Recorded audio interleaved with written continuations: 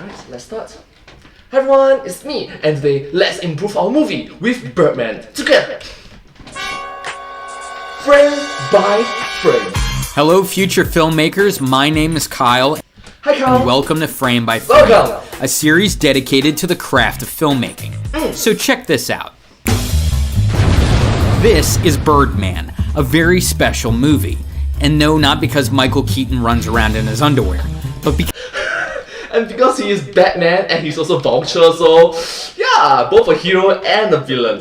Because it's a marvel of technical filmmaking. Why? Marvel. Well, look at what you're watching. It's all one take. Impressive, huh?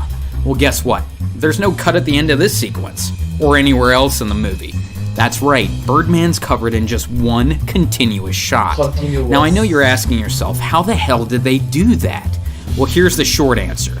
They didn't. You see, Birdman's really comprised of numerous cuts. You just never see them. In fact, you probably just missed one. But how is that possible? Well, it's simple, really. I mean, the principle behind the technique is nothing new.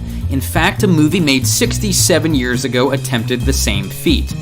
A very classic film indeed. And yeah, Alfred Hitchcock directed it too. And what's even crazier, director Alejandro Iñárritu adopted concepts from that film to make Birdman. So let's pause this for a second. I just love it that they are improving upon past skills so that future generations can improve upon it. Thank you.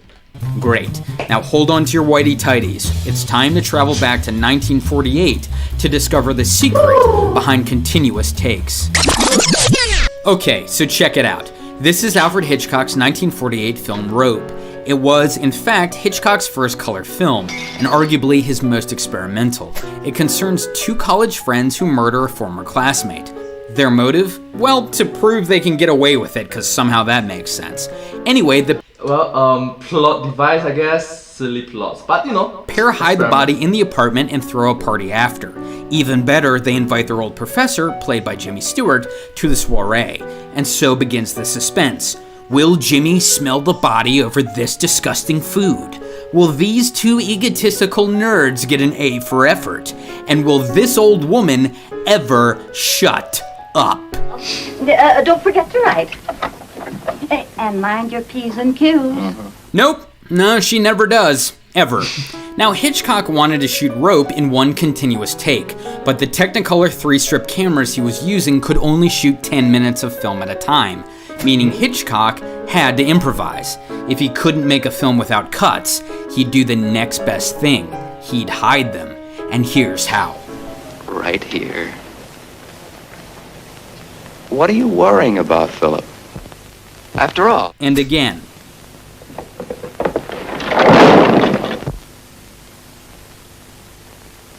Hitchcock does this 5 times throughout the film. The other 5 edits are hard cuts, like this one. Now clearly Rope isn't seamless, as many film professors claim it to be, so if yours does, feel free to proclaim he or she is full of shit. But having said that, we must respect these kind of pioneers that even though they are limited by their technology back in the days, they still try to come up with new creative ideas to work around it. So, yep, much respect to them. The idea is generally the same. You see, the technique's fairly simple. Obscure the screen to hide the cut. Now in Rope, Hitchcock only does it the one way. Push in until the screen's blacked out, cut, then pull out to reveal another take. But what does any of this have to do with Birdman? Well, everything really. You see, this technique of obscuring the frame, it's not just used in Birdman, it's relied upon. Not with plotting dolly pushes, of course, but in subtler ways. Let me show you.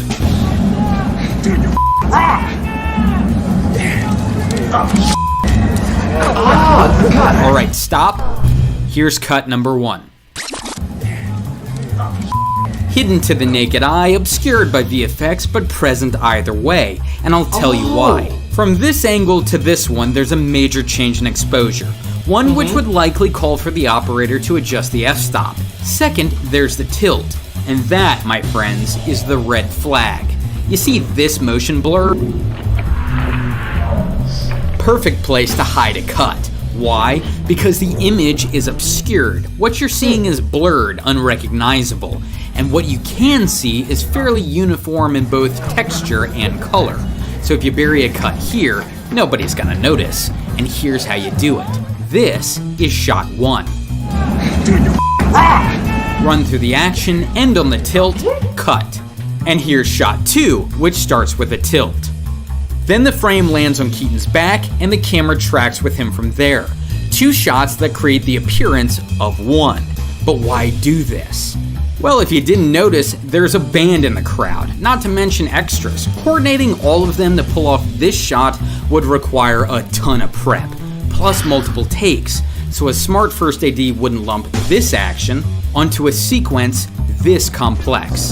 There's just too many moving parts, and Iñárritu didn't want to attract attention in Times Square. In fact, the band was used to distract onlookers from the production. So from here to here, that's not one take, no way.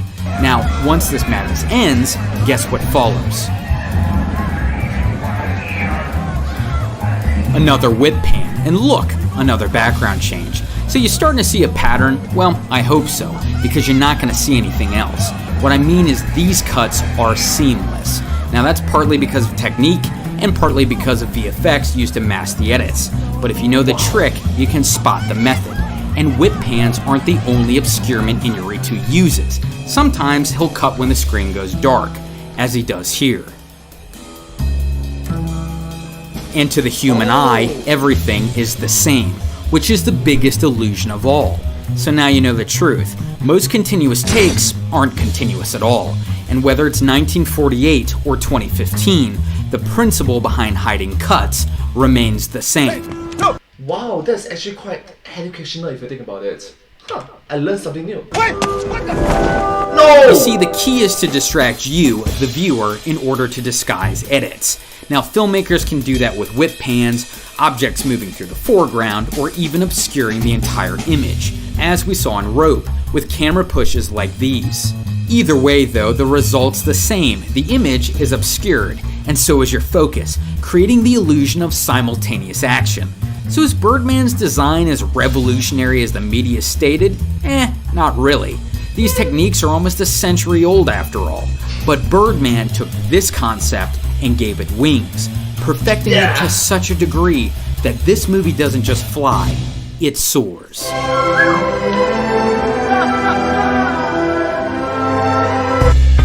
So you guys are here because you like movies, which means you've probably got some pop culture savvy. And if you like pop culture, I highly recommend subscribing to Loot Crate.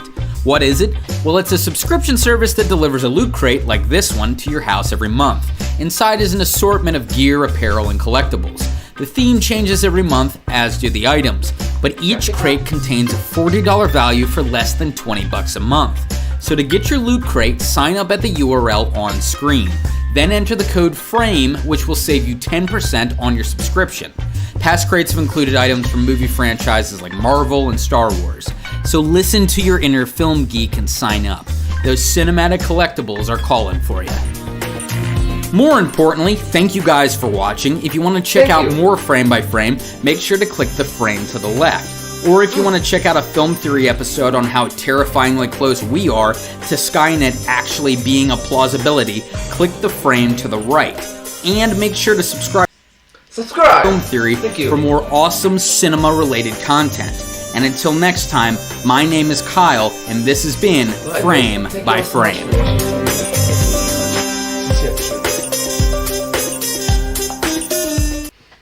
And I hope to see you all in my next live stream, in my next video. I hope you find this video very creative, educational, and knowledgeable, wisdom-filled indeed. If you do like this video, please remember to like, share, and subscribe to my channel, and comment down below if you have any questions of us. Down below.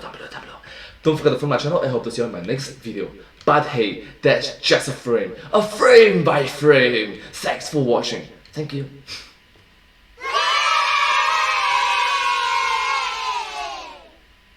And I hope to see you in my next video. Bye bye. Also subscribe. No, subscribe.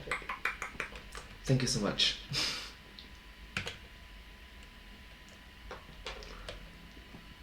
At the ending, like the last 20 seconds, I couldn't hear anything. earpiece was just power off. Battery died, so. Yup! I have to improvise.